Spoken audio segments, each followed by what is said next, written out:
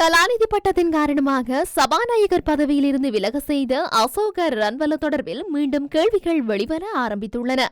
கடந்த பொதுத் தேர்தலில் ஹம்பகா மாவட்டத்தில் போட்டியிட்ட அசோக ரன்வல ஜப்பானிய வசோடா பல்கலைக்கழகத்தின் கலாநிதி பட்டதாரியாக தன்னை அறிமுகம் செய்து கொண்டார். அதன் அடிப்படையில் அவருக்கு தேசிய மக்கள் சக்தி அரசாங்கத்தின் சபாநாயகர் பதவியும் வழங்கப்பட்டது. எனினும் அவரது கலாநிதி பட்டம் போலியானது என்று கடுமையான எதிர்ப்பலை கிளம்பிய நிலையில் அதனை 2 மாதங்களுக்குள் நிரூபித்துள்ளதாகவும் அதுவரை சபாநாயகர் பதவியிலிருந்து விலகிக் கொள்வதாகவும் தெரிவித்து அவர் அறிக்கையொன்றை வெளியிட்டு கடந்த டிசம்பரில் பதவியிலிருந்து விலகியிருந்தார். இந்த நிலையில் அவர் குறிப்பிட்ட 2 மாதங்கள் கடந்த நிலையில் அவரது வாக்குறுதி குறித்த சர்வதேச ஊடகம் ஒன்று கேள்வி எழுப்பியுள்ளது.